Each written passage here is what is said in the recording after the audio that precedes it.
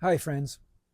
I really want to share a message of hope today. I don't know about you guys, but for me, it's been a pretty heavy week. And so I want to be realistic about that. Uh, and also, share a practical tool from some corporate work that I do in the executive coaching and leadership training kind of world.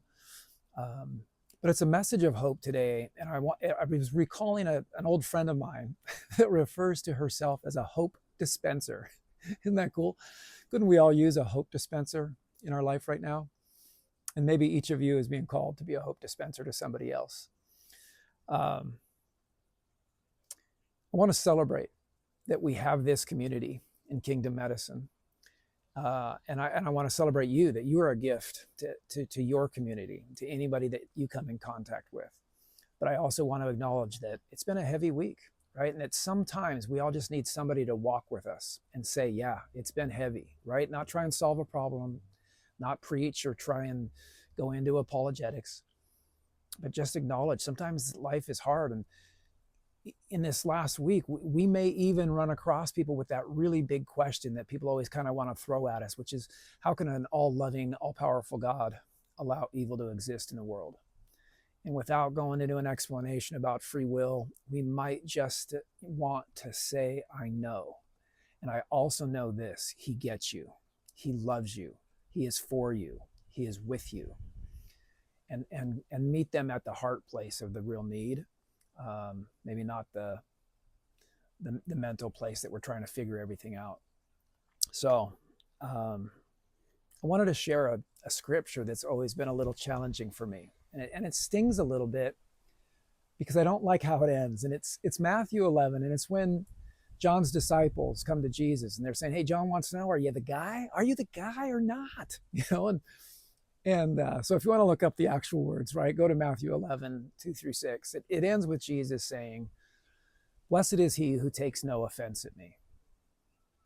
You got to wonder, is John knew who he was? Come on, he leapt when he was still in Elizabeth's womb, right? When Mary came to see Elizabeth when she was pregnant with John, he met him at the Jordan and said, "I'm not worthy to tie your sandals," or whatever. That we know that John knew him, but what was he really saying? Is there that place sometimes where my offense might be, God's not showing up the way I want him to?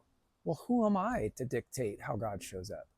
So I'd rather just lean into the question of who we know he is instead of asking why, to kind of shift from that place of offense.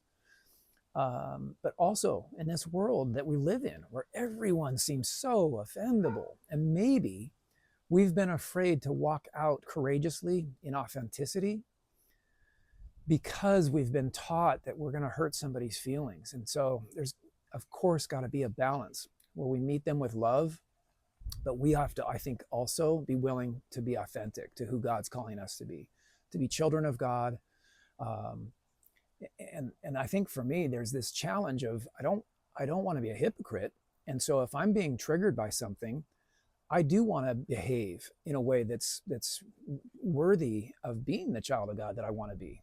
And yet there's a battle going on, right? There is evil in the world. And I feel like we are, there's this challenge to join the battle and be a light in a dark world sometimes. So I want to share a tool. It is corporate. It is something from work that I've done before in a course about helping teams deal with conflict. And it's a really cool, simple process. And I've added to it from the work I used to do with a previous company, from a book by a Dr. Steve Peters, where it breaks down kind of how the brain works. And you guys all know, how the emotional brain is kind of separate, shows up at its core. We have the amygdala, that part of fight or flight. But what was fascinating to me was to learn and understand that our emotional brain shows up first. Okay, when something's happening, our emotional brain shows up first, and it's going 5 times faster than our frontal cortex, our logical brain. So there's a really cool shift that we can take, and it's called the power of pause. So the first step is just being aware. If we're triggered by something, you might notice your physical reaction. And being aware physically maybe brings you into that being aware that you're being emotionally triggered. think of being cut off on the freeway by somebody. What's happening to you? Like, actually picture it right now. If you don't mind, like, think about it. Picture being cut off on the freeway. You might have white knuckle grip on the steering wheel. Your gut might be all tight and tense. You might have maybe making a fist or even shouting something out. We're having a physical reaction. And the power in the pause is, as soon as we can, take a breath and ask ourselves a question. So if we can take a breath,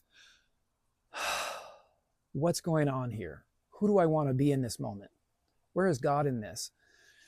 Just asking any question actually moves us to our logical brain. So it moves us quicker out of the whole idea is that we move faster. We notice something, there's an awareness, we ask a question, pulls us out of the emotional brain, allows us to kind of think through.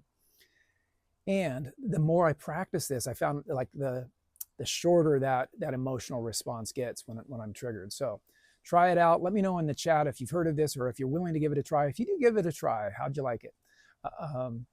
Would also love to hear about authenticity to you. What does it mean?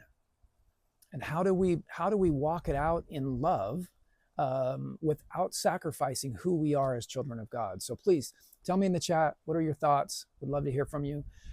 You guys, if you feel like you need more equipping and you're not yet registered for the Kingdom Medicine Conference, please take another look. You don't have to be there for it live. So if you get on as a virtual registration, you'll have 2 weeks to access the video recordings. So 2 weeks of some really, really great speakers. And I hope to see you there. So either way, be blessed. Thanks, everybody.